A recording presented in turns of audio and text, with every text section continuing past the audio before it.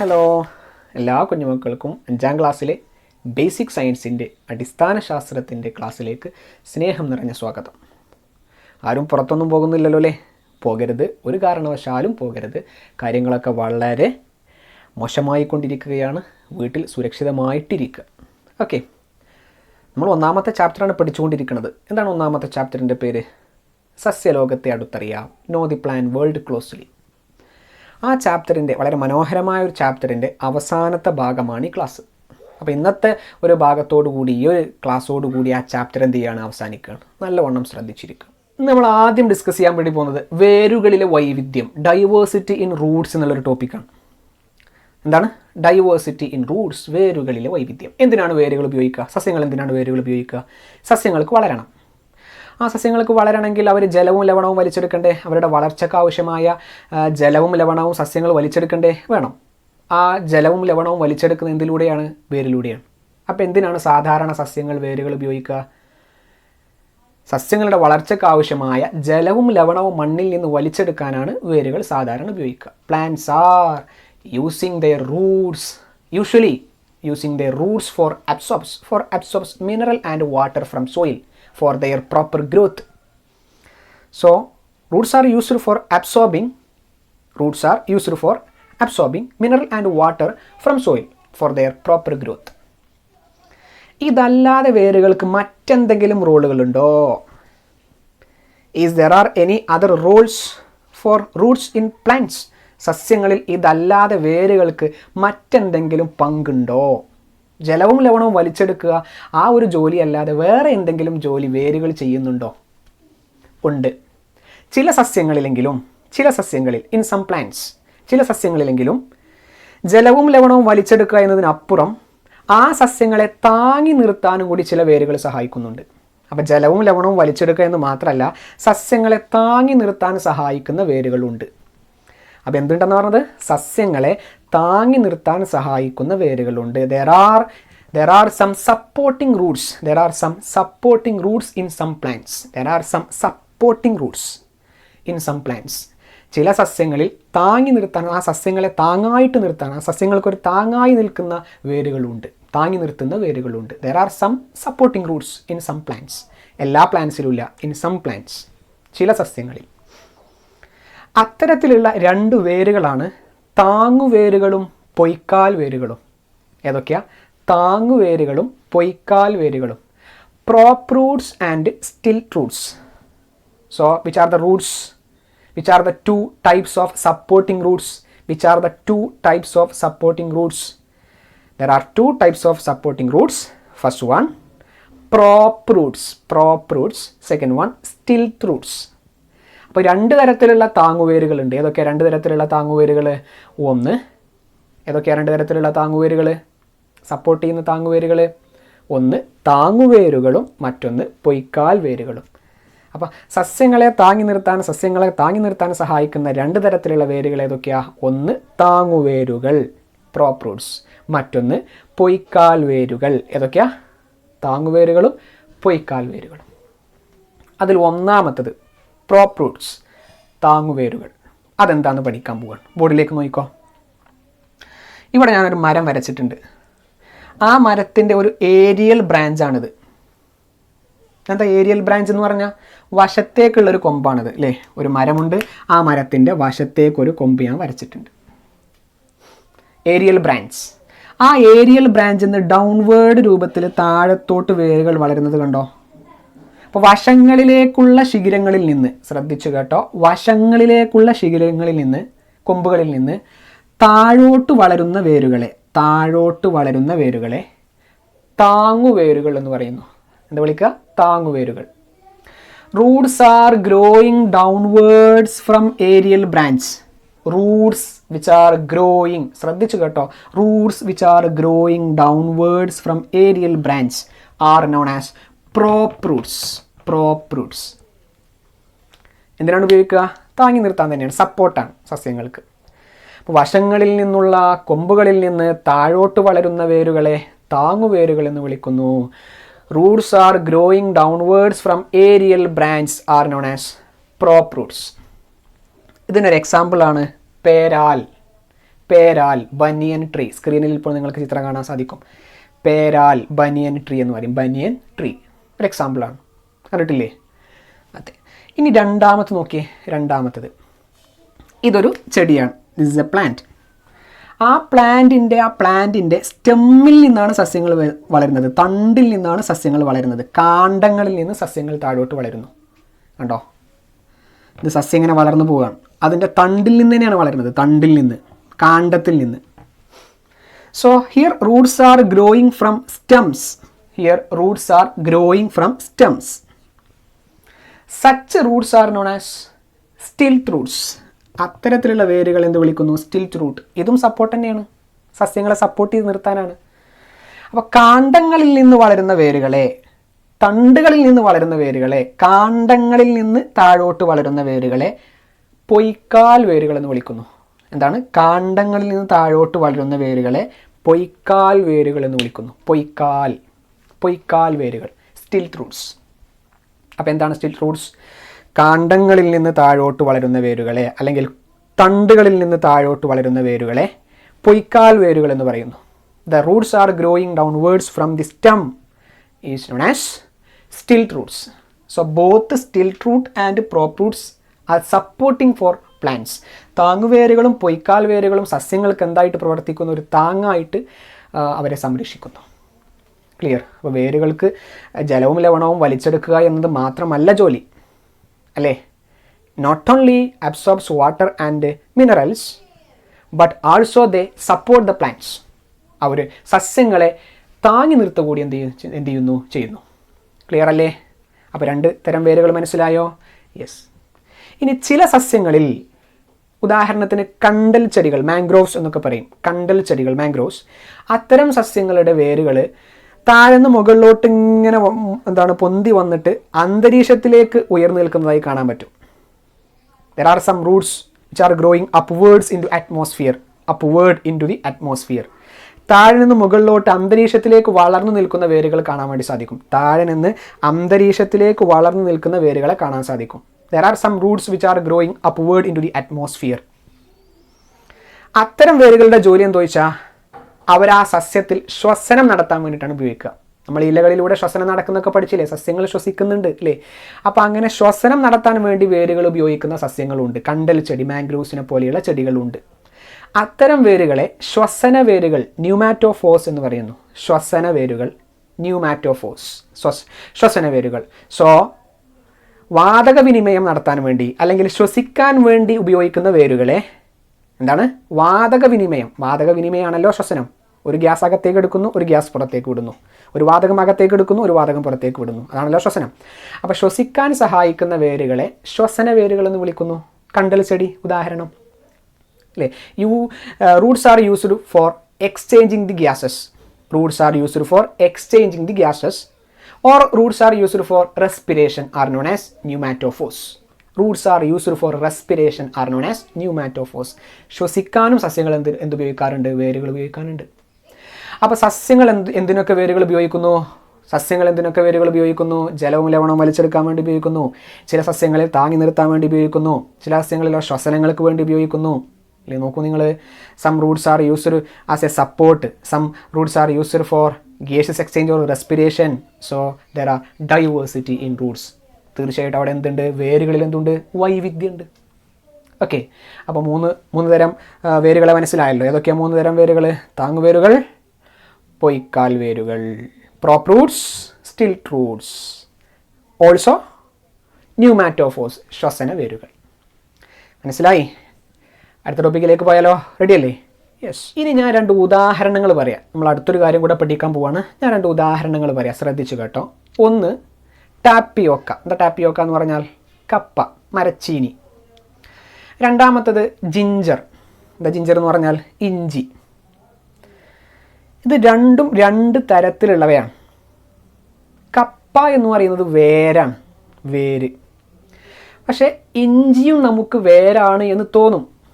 പക്ഷേ ഇഞ്ചി സത്യം പറഞ്ഞാൽ എന്തല്ല? വേരല്ല. ഇഞ്ചി എന്ന് പറഞ്ഞാൽ ആ ഇഞ്ചിയുടെ കാണ്ഡമാണ്, സ്റ്റെമ്മാണ്. അപ്പോൾ നമ്മൾ ഇഞ്ചി ഉപയോഗിക്കുന്ന ആളുകളാണ്. സത്യത്തിൽ ആ ഇഞ്ചി എന്ന് പറയുന്ന പ്ലാന്റിൻ്റെ ജിഞ്ചറിൻ്റെ നമ്മൾ എന്താണ് ഉപയോഗിക്കുന്നത്? റൂട്ടല്ല നമ്മൾ ഉപയോഗിക്കുന്നത്. പിന്നെ അതെന്താ? അത് സ്റ്റെമ്മാണ്, കാണ്ഡമാണ് നമ്മൾ ഉപയോഗിക്കുന്നത്. പെട്ടെന്ന് റൂട്ടാണെന്ന് തോന്നും.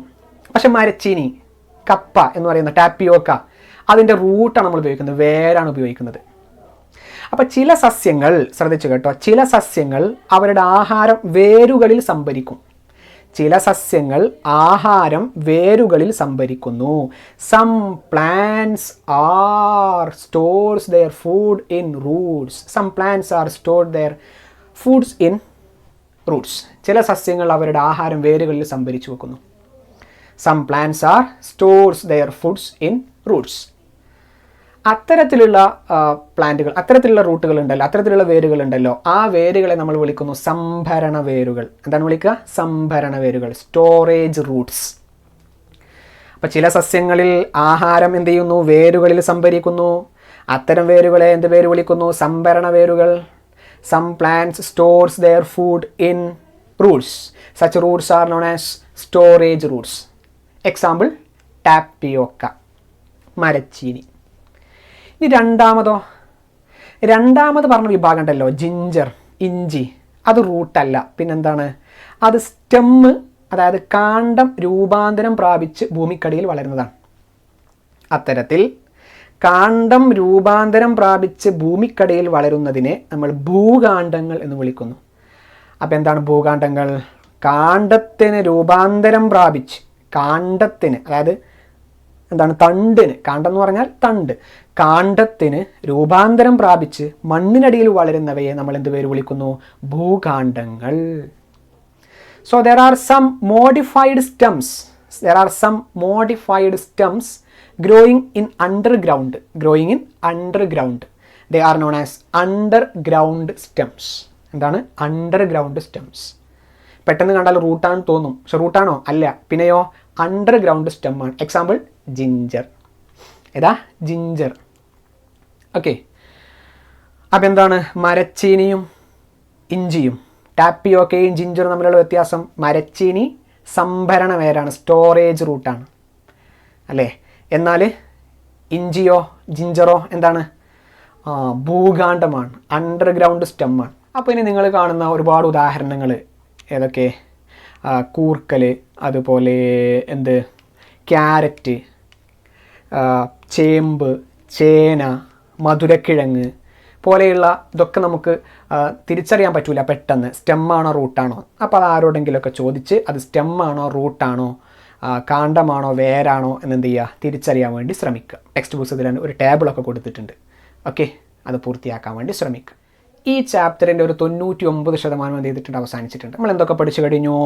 പ്രോപ്പ് റൂട്ട്സ്, സ്റ്റിക്ക് റൂട്ട്സ് അല്ലേ, താങ്ങുവേരുകളും പൊയ്ക്കാൽ വേരുകളും, ശ്വസന വേരുകൾ ന്യൂമാറ്റോഫോസ്, സ്റ്റോറേജ് റൂട്ട്സ് സംഭരണ വേരുകൾ, അണ്ടർഗ്രൗണ്ട് സ്റ്റെംസ് ഭൂകാണ്ഡങ്ങൾ, ഇത്തരം കാര്യങ്ങളൊക്കെ നമ്മൾ പഠിച്ചു കഴിഞ്ഞു. നമ്മളുടെ ചാപ്റ്ററിൻ്റെ പേരെന്താ? സസ്യലോകത്തെ അടുത്തറിയാം. Know the plant world closely. Plant world, സസ്യലോകം. നോക്കൂ നിങ്ങൾ, സസ്യലോകം അതൊരു ലോകം തന്നെയാണ് അല്ലേ? നല്ല ശാന്തമായൊരു വനത്തിലൂടെ, ഒരു കാട്ടിലൂടെയൊക്കെ നമ്മളിങ്ങനെ സഞ്ചരിക്കുകയാണെങ്കിൽ നമുക്ക് വളരെ മാനസികമായിട്ട് ഒരുപാട് അനുഭൂതി ലഭിക്കും. നമ്മളൊന്ന് ഫ്രഷാവും, നല്ല തണുപ്പ് അനുഭവപ്പെടും.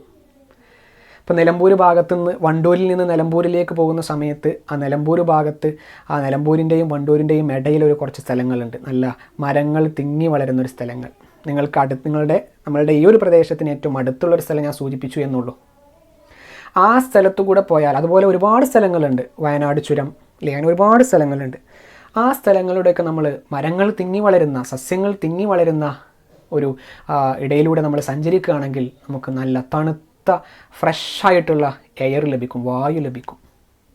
എന്ന് പറഞ്ഞാൽ പ്രകൃതിയെ ഇത്രത്തോളം സ്ഫുടം ചെയ്യുന്ന, മനോഹരമാക്കുന്ന, ശുദ്ധീകരിക്കുന്ന ഒരു സംവിധാനം വേറെ ഇല്ല. അത് പ്ലാന്റ്സ് തന്നെയാണ്, സസ്യങ്ങൾ തന്നെയാണ്. അപ്പോൾ സസ്യവൈവിധ്യം, പ്ലാന്റ് ഡൈവേഴ്സിറ്റി ഇല്ലാത്ത ഒരു ലോകം നമുക്ക് ചിന്തിക്കാൻ കഴിയുമോ? പലപ്പോഴും നമുക്കിങ്ങനെ വിശേഷിപ്പിക്കാം, plants are the lungs of the nature. ഈ പ്രകൃതിയുടെ ശ്വസന അവയവമാണ്, ശ്വാസകോശമാണ് സസ്യങ്ങൾ എന്ന് വേണമെങ്കിൽ നമുക്ക് വിശേഷിപ്പിക്കാം. കാരണം എന്താ? സസ്യങ്ങൾ പ്രകാശ സംശ്ലേഷണം നടത്തുമ്പോഴാണ് നമുക്കെന്ത് ലഭിക്കുന്നത്? ഓക്സിജൻ ലഭിക്കുന്നത് അല്ലേ? അപ്പം നമ്മളുടെ നിലനിൽപ്പിനും അത്യാവശ്യമാണ്? സസ്യങ്ങൾ അത്യാവശ്യമാണ്, സസ്യവൈവിധ്യങ്ങൾ അത്യാവശ്യമാണ്. നോക്കൂ നിങ്ങൾ, അപ്പോൾ സസ്യങ്ങളില്ലാതെ ജീവിക്കൽ എന്തല്ല അത്ര നല്ലതല്ല. സസ്യങ്ങളില്ലാതെ ഈ ഭൂമിയിൽ എന്ത് ചെയ്യാൻ സാധിക്കില്ല? ജീവിക്കാൻ തന്നെ സാധിക്കില്ല. അപ്പോൾ സസ്യങ്ങൾ അപ്രത്യക്ഷമാവും തോറും, മരങ്ങൾ മുറിച്ച് മാറ്റും തോറും ഒരുപാട് കാലാവസ്ഥകളിലൊക്കെ ഒരുപാട് മാറ്റം വരും. മഴയുടെ അളവിലൊക്കെ ഗണ്യമായ മാറ്റങ്ങൾ വരും. അപ്പോൾ ഇങ്ങനെയുള്ള ഒരുപാട് പ്രശ്നങ്ങൾ ഈ ഭൂമി ലോകത്തു നിന്ന് സസ്യങ്ങളെ മുറിച്ചു മാറ്റിയാൽ, നഷ്ടപ്പെട്ടാൽ നമുക്ക് നേരിടേണ്ടി വരും. അപ്പോൾ നിങ്ങളുടെ നാട്ടിൻ്റെ അടുത്തുള്ള വിവിധ സസ്യവൈവിധ്യങ്ങൾ നിങ്ങൾ കണ്ടെത്തുക. സസ്യവൈവിധ്യങ്ങൾ കൊണ്ട് ഉദ്ദേശിക്കുന്നത് വ്യത്യസ്ത സസ്യ ഇനങ്ങളായിരിക്കും ഉണ്ടാവുക അല്ലേ? അപ്പോൾ ചിലർ വാഴത്തോട്ടം, ചിലരോ റബ്ബർ, ചിലരോ കമുക്, ചിലരോ തെങ്ങ്, ചിലരോ പച്ചക്കറി കൃഷി, ചിലരോ നെല്ല്. ഇനി കാട്ടിലോട്ട് പോയാലോ വനത്തിലോട്ട് പോയാലോ മുള അല്ലേ? അതുപോലെ ഒരുപാട് കരിമ്പ്, ചോളം, ഇങ്ങനെ ഒരുപാട് വൈവിധ്യങ്ങളുണ്ട്. സസ്യങ്ങൾ എന്ന് പറഞ്ഞാൽ വിവിധങ്ങളാണ്, വൈവിധ്യങ്ങളാണ്. വനത്തിലേക്കൊക്കെ പോയാൽ, സൈലൻറ്റ് വാലിയിലൊക്കെ പോയാൽ എന്തോരം മനോഹരമായ സസ്യങ്ങളാണ് അല്ലേ? അപ്പോൾ അത്തരത്തിലുള്ള വൈവിധ്യങ്ങൾ നിങ്ങളൊന്ന് കണ്ടെത്തുക, നിങ്ങൾ അതൊന്ന് മനസ്സിലാക്കി വെക്കുക, എഴുതി വെക്കുക. ഓക്കെ, ഇനി മറ്റൊരു കാര്യം, ഇപ്പോൾ നിങ്ങൾക്ക് സ്ക്രീനിൽ ഒരു ചിത്രം കാണാൻ വേണ്ടി സാധിക്കും. നോക്കൂ നിങ്ങൾ, ചിത്രം വന്നു കഴിഞ്ഞു. എന്താണ് ചിത്രത്തിലുള്ളത്? മരം നമുക്ക് നൽകുന്നത് എന്നാണ്. What tree provides. മരങ്ങൾ നമുക്ക് എന്തെല്ലാമാണ് നൽകുന്നത് എന്നതിനെ ആസ്പദമാക്കുന്ന ഒരു ചിത്രമാണ് ഇപ്പോൾ നിങ്ങൾക്ക് സ്ക്രീനിൽ കാണാൻ വേണ്ടി സാധിക്കുന്നത്. എന്താണ് ചിത്രത്തിൽ കാണുന്നത്? ഒരു മരമുണ്ട്, ആ മരത്തിൽ ഒരുപാട് ജീവികളുണ്ട്. ഒരു മരം വെട്ടുകാരൻ ഒരു കോടാലിയുമായിട്ട് എന്ത് ചെയ്യുന്നു? ആ മരത്തിന് സമീപത്തേക്ക് വരുന്നു. അപ്പോൾ ഒരു മരം എന്ന് പറയുന്നത് പല ജീവികൾക്കും പലതരത്തിൽ സഹായകരമാണ്. നമുക്കതിൽ പക്ഷികൾ കൂടുകൂട്ടിയിട്ടുണ്ട്, പാമ്പുകളുണ്ട്, തേനീച്ചുണ്ട്, ഒരു മനുഷ്യൻ അതിൻ്റെ തണലിൽ കിടന്നുറങ്ങുന്നുണ്ട്. എന്തു മനോഹരമായ കാഴ്ച അല്ലേ? അത് കാണുമ്പോൾ തന്നെ മനസ്സിൻ്റെ ഒരു സന്തോഷമാണ്. ആ സന്തോഷം നശിപ്പിക്കാനാണ് പാരു വന്നുകൊണ്ടിരിക്കുന്നത്, ആ മരം വെട്ടുകാരൻ വന്നുകൊണ്ടിരിക്കുന്നത്. മരത്തിന് അതിൻ്റേതായ ഉപയോഗങ്ങളുണ്ട്. മരമില്ലായിരുന്നെങ്കിൽ നമുക്ക് മേശ, ഡെസ്ക്, ബെഞ്ച് പോലെയുള്ള സംഗതികളൊന്നും ഉണ്ടാക്കാൻ സാധിക്കുമായിരുന്നില്ല. മരത്തിൽ നിന്നാണല്ലോ അതിൻ്റെയൊക്കെ തുടക്കം. പക്ഷേ വ്യാപകമായിട്ട് മരങ്ങൾ മുറിച്ചു മാറ്റിയാൽ അത് ഒരുപാട് ജീവികളെ കാര്യമായിട്ട് എന്ത് ചെയ്യും? ബാധിക്കും. പ്രകൃതിയെ തന്നെ ബാധിക്കും. പ്രകൃതിയുടെ ബാലൻസ്, സന്തുലിതാവസ്ഥയെ അത് ബാധിക്കും. നോക്കൂ നിങ്ങൾ, അപ്പോൾ നിങ്ങൾ ചെയ്യേണ്ടത്, ഒരു ടേബിൾ തന്നിട്ടുണ്ടാവും താഴെ, ഒരു ടേബിൾ ടെക്സ്റ്റ് പുസ്തകത്തിൽ ഈ ഒരു ചിത്രത്തിൽ താഴെ ഒരു ടേബിൾ ഉണ്ട്. ഏതെല്ലാം ജീവികൾക്ക് ഏതെല്ലാം വിധത്തിലാണ് മരങ്ങൾ സഹായകമാകുന്നത്? പക്ഷികൾക്ക്, ഉദാഹരണം പക്ഷികൾക്ക് കൊടുത്തിട്ടുണ്ട്. പക്ഷികൾക്ക് എങ്ങനെയാണ് സഹായകമാകുന്നത് മരങ്ങൾ? പക്ഷികൾക്ക് എന്താണ്? ഷെൽട്ടറാണ് അല്ലേ? മാത്രമല്ല ഫുഡ്, സംരക്ഷണവും അതുപോലെ ആഹാരവും ആര് നൽകുന്നു? മരം നൽകുന്നു. പക്ഷികൾക്ക് ആ മരത്തിൽ കായ്കളുണ്ടായാൽ, ഫലങ്ങളുണ്ടായാൽ അല്ലേ, അതെന്ത് ചെയ്യാം? കഴിക്കാം. അപ്പോൾ സസ്യങ്ങൾക്ക് കൂടൊരുക്കാം, ഷെൽട്ടർ, കൂടൊരുക്കാം, സംരക്ഷണം, അതുപോലെ ആഹാരം, ഇതൊക്കെ മരം നൽകുന്നുണ്ട്. അങ്ങനെ മറ്റുള്ള ജീവികൾക്ക് എന്തൊക്കെ നൽകുന്നു എന്ന് നിങ്ങൾ എന്ത് ചെയ്യുക? കണ്ടെത്തുക. ഓക്കെ, അത് നിങ്ങൾ ശാസ്ത്ര പുസ്തകത്തിലൊക്കെ എഴുതാൻ വേണ്ടി ശ്രമിക്കുക. അപ്പോൾ നോക്കൂ മക്കളെ, നിങ്ങൾ ഈ ഒരു ചാപ്റ്റർ എന്ത് ചെയ്യുകയാണ്? ഇവിടെ അവസാനിക്കുക. അപ്പോൾ മരങ്ങൾ നശിപ്പിച്ചാൽ, സസ്യങ്ങൾ നശിപ്പിച്ചാൽ ഈ ഭൂമി ലോകത്തിൽ എന്തൊക്കെ മാറ്റങ്ങൾ വരും, അതിൻ്റെ അപകടങ്ങൾ എന്തൊക്കെയാണ് എന്നുള്ളത് നിങ്ങൾ കണ്ടെത്തുക.